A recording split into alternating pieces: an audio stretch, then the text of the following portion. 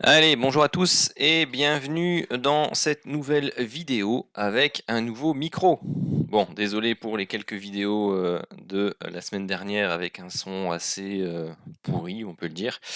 Mais donc bon, j'avais pas réussi à résoudre les problèmes de micro, donc bon bah voilà, c'est chose faite avec un nouveau. Donc surtout, n'hésitez pas à lâcher un maximum de pouces bleus pour permettre à cette vidéo, eh bien, tout simplement d'être bien acceptée par l'algorithme YouTube et à la chaîne de se développer. Et si jamais vous n'êtes pas encore bien, abonné à la chaîne, surtout n'hésitez pas à le faire. Alors, qu'est-ce que on a en ce mardi 20 juin? Donc, pour rappel, hier, nous étions lundi, mais c'était férié aux États-Unis.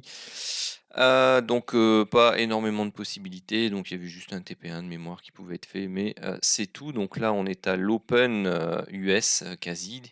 Euh, on n'est pas réellement ici sur une zone, bon, à part si on considère ici le double top potentiel, zone chartiste, bon, on est encore assez loin de la ligne médiane. Comment euh, Moyen terme, pardon, voilà, je vais retrouver mes mots.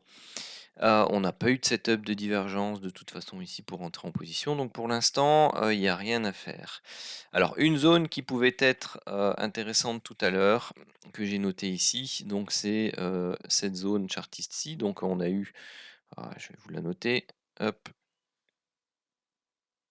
voilà, donc on a eu un test ici, on l'a cassé, on a eu un test avec cette longue mèche, et puis là, on a une combinaison zone chartiste, ligne médiane court terme, ligne médiane long terme, et donc bah, là, ça donnait cette possibilité-ci. Alors, on n'est pas en conjonction avec la bande haute supérieure sur le graphique Renko, donc notre graphique de trading.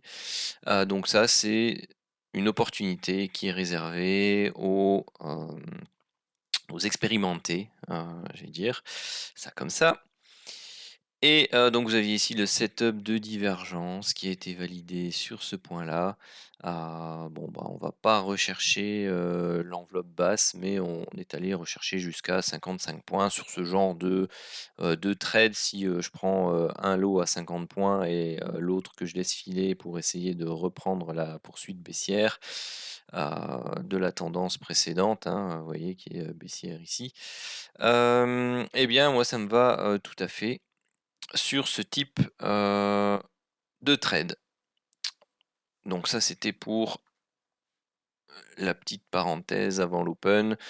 Donc bah, pour l'instant, il faut laisser travailler le marché, voir ce qu'il va nous donner. A priori, bon bah, il a fait sa correction ici par rapport à toute cette baisse-là. Donc là, il travaille une reprise de la tendance baissière. Ce qui va être intéressant à surveiller sur ce graphique-là, bah, ça va déjà être la zone ici de double bottom, voire légèrement décalé.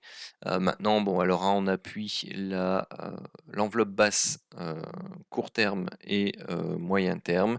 Bien entendu, on le fera en coordination avec la borne basse ici au niveau du graphique Renko, s'il y a quelque chose de possible.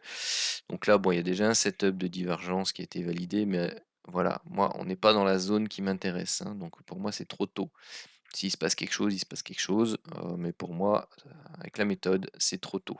Donc il faut être plus proche de la zone basse ici du graphique Renko.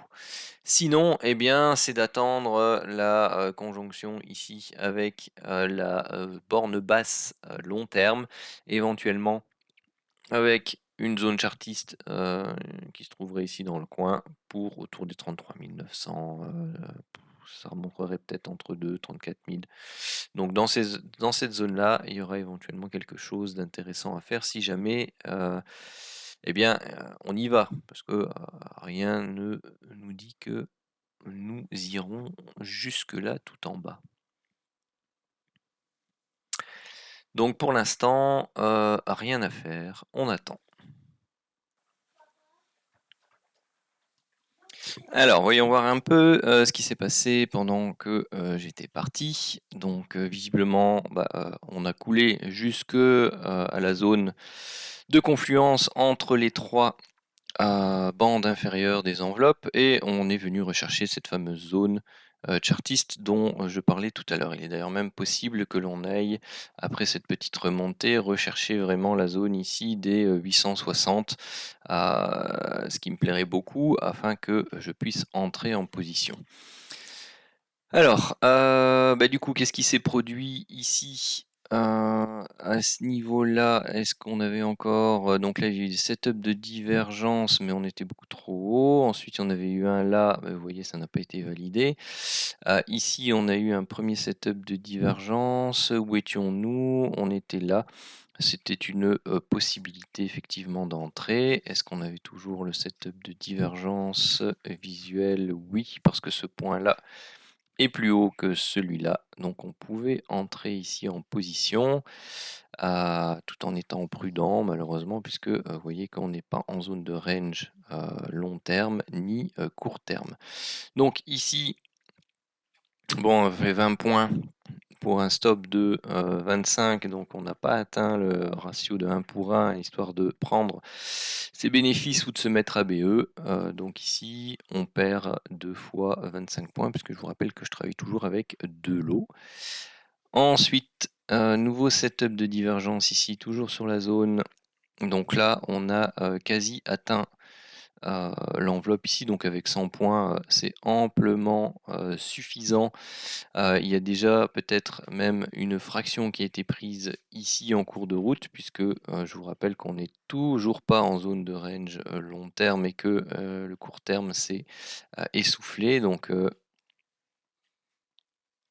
hop, donc on avait éventuellement déjà 45 points ici ou une mise à BE et on pouvait aller rechercher 100 points, sur, celui-ci. Actuellement, eh bien, tout simplement, on n'est pas dedans, enfin je ne suis pas dedans. Donc tout ce que je peux faire, c'est attendre, en espérant que soit, on revienne rechercher, cette zone-là, si elle se décide à se stabiliser, voire à remonter un petit peu. Ce qui m'étonnerait puisqu'à mon avis ça va prendre un peu de temps. Soit, qu'on, tout simplement recoule, et que l'on vienne rechercher la zone plus basse, un peu plus tard.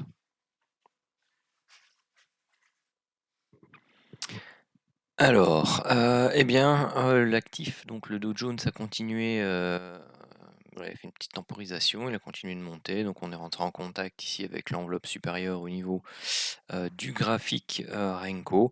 Donc là, on pouvait, libérer le deuxième lot si on voulait ou alors on pouvait attendre, pardon, une remontée, hein, avec le graphique cadre plutôt dans, cette zone-là.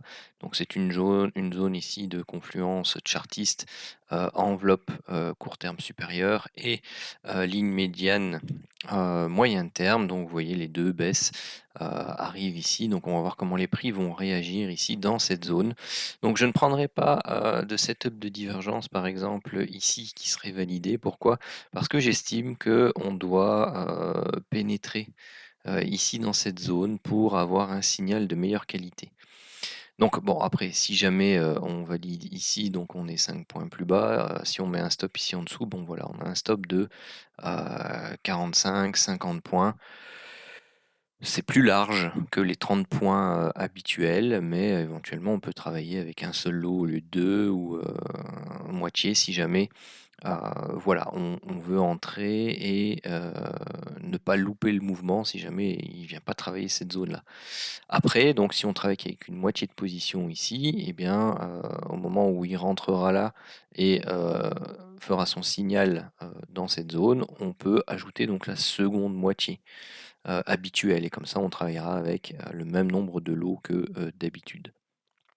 Donc ça, c'est une, façon éventuellement de procéder, qui peut être appliquée quand, vous avez peur de louper, par exemple une opportunité parce que la zone est juste travaillée comme, c'est le cas ici, donc avec juste une mèche, par exemple. Donc là, les 2 traits horizontaux que je vous ai tracés, c'est ce point bas-là et celui-ci, vous voyez, ça reprend enfin, on pourrait même le faire monter jusque là, vous voyez que c'est la zone support qui a été travaillée, à plusieurs reprises. D'ailleurs, là, on a une belle épaule, tête, épaule, enfin épaule, tête, épaule avec la ligne de cou ici qui a été retravaillée avant le décroché. Bon, nous voilà à la clôture des US. Donc, bah, finalement, hein, par rapport à ce que j'avais tracé tout à l'heure, donc vous avez vu, les bandes, supérieures à court terme et la médiane qui était baissière, ont fait pression sur les prix. Donc il y avait la zone chartiste aussi qui était là. Donc ici, j'ai tenté une vente, dans cette zone-ci avec un stop un peu plus large parce que, voilà, j'allais pas être présent pour la suite du trade.